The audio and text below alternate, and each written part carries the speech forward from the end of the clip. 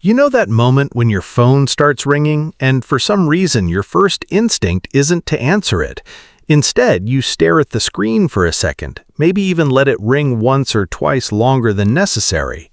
The strange part is that it's not a telemarketer. It's not someone you dislike. Sometimes it's a close friend, a family member, or even someone you're genuinely happy to hear from. Yet, despite caring about the person on the other end, a phone call can feel oddly draining before it even begins. What's even more confusing is that if the same person had sent a text message instead, you probably would have replied without hesitation. For years, I assumed this was just a bad habit or some sign that modern technology was making people less social. But psychology suggests something much more interesting is happening beneath the surface. Here's what makes this fascinating. Most people think texting and phone calls are basically the same thing. They're both conversations. They're both ways of staying connected. They're both methods of communication. But psychologically, they ask very different things from your brain.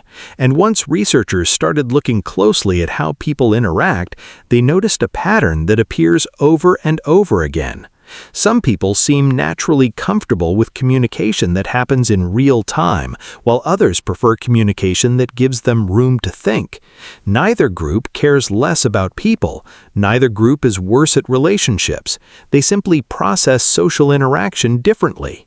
The problem is that our culture tends to treat phone calls as the real form of communication, and texting is some lesser substitute. That assumption has caused a lot of people to judge themselves unfairly. Think about what happens when you receive a text. Nothing is being demanded from you immediately. The message arrives and waits. You can read it now or later. You can think about your response. You can choose your words carefully. You can even walk away and come back to it if you're busy or emotionally distracted. In a way, texting respects your mental space. A phone call operates by completely different rules. The moment you answer, your attention belongs somewhere else. The conversation unfolds in real time, whether you're mentally prepared for it or not. Your thoughts have to become words instantly. Your reactions are visible. Your tone matters. Everything happens at once. For some people, that's perfectly natural. For others, it's surprisingly exhausting. Now, here's where things become psychologically interesting. The common assumption is that people who avoid phone calls must be avoiding connection. But what if that's not true? What if they're actually protecting something else entirely? Researchers who study cognitive load often talk about the limited amount of mental energy available to us throughout the day. Every decision you make, every responsibility you manage, every problem you think about quietly consumes some of that energy. Most of us are carrying far more mental weight than we realize. Work deadlines, family concerns, financial stress, personal goals, unfinished tasks, emotional baggage. Your brain is constantly juggling dozens of things behind the scenes. And when a phone call suddenly arrives, it can feel less like a conversation and more like an unexpected demand for immediate attention. Honestly, this was one of the biggest misconceptions I had about myself. I used to think that because phone calls felt draining, there must be something wrong with my social skills. After all, shouldn't conversations with people you care about feel easy? But eventually, I realized that wasn't the issue at all. I loved meaningful conversations. I enjoyed deep discussions about life, relationships, psychology, and personal growth. I could spend hours talking with the right person about subjects that genuinely mattered.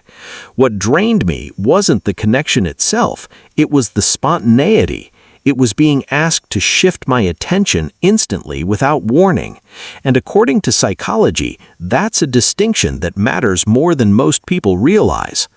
One reason for this comes down to how different people process their thoughts.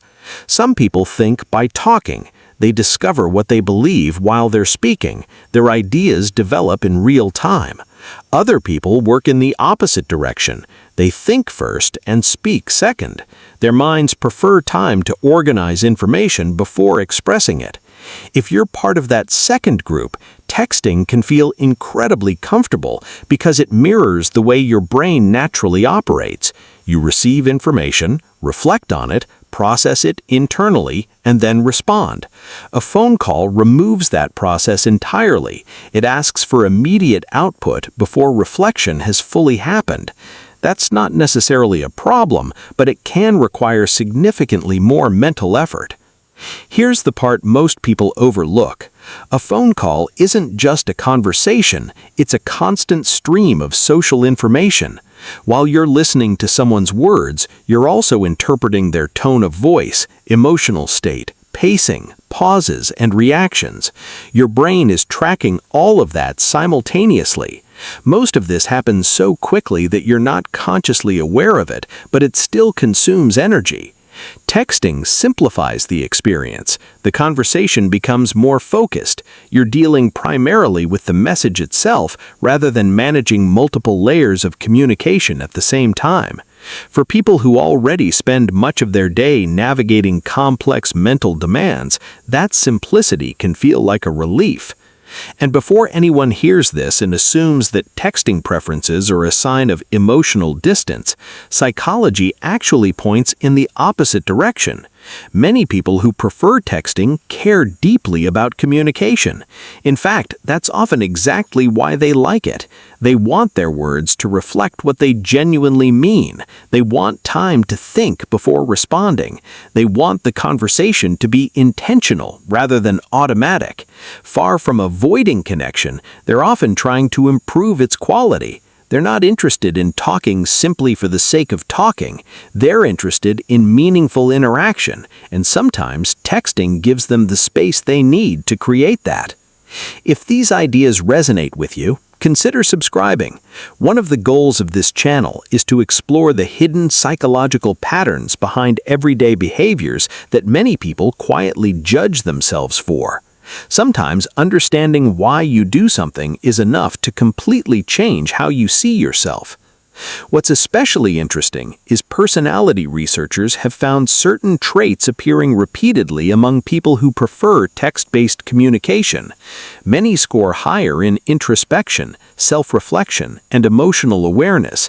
They spend more time examining their thoughts and understanding their feelings before expressing them. They often have rich inner worlds that are constantly active beneath the surface.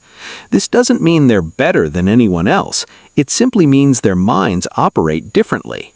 And when your inner world is already busy, communication methods that give breathing room can feel far more appealing than communication methods that demand immediate engagement. There's also another layer that rarely gets discussed. Sometimes preferring texts isn't really about communication at all. Sometimes it's about boundaries, not walls. Boundaries. A text message allows you to decide when you're available. A phone call decides for you. In an age where people can reach us almost instantly at any moment of the day, maintaining a sense of control over our attention has become increasingly important. Many people aren't rejecting others when they ignore a call. They're protecting one of the most limited resources they have, their focus.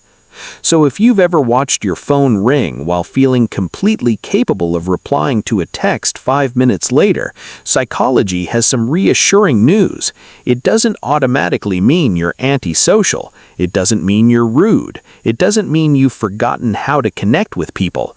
It may simply mean your brain prefers communication that leaves room for reflection, processing, and intention. And once you understand that, something interesting happens. The guilt begins to fade. Because at the end of the day, the psychology of people who prefer texting over phone calls isn't really about technology at all. It's about understanding that different minds connect in different ways. Some people thrive in spontaneous conversations. Others thrive when given time to choose their words carefully. Neither approach is wrong. Neither is superior. They're simply different expressions of the same human need for connection. And perhaps the real goal isn't forcing yourself to communicate the way everyone else expects. Perhaps it's learning to understand the way your own mind naturally works. Because sometimes the most powerful thing psychology offers isn't advice, it's recognition.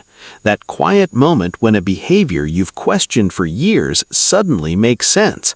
And once it makes sense, you stop seeing it as a flaw. You start seeing it as a reflection of how your mind has been trying to take care of itself all along. If you enjoyed this exploration, subscribe for more psychological insights like these. And if you'd like to support the channel and help these deep dives continue, consider becoming a member. Your support genuinely helps make these conversations possible.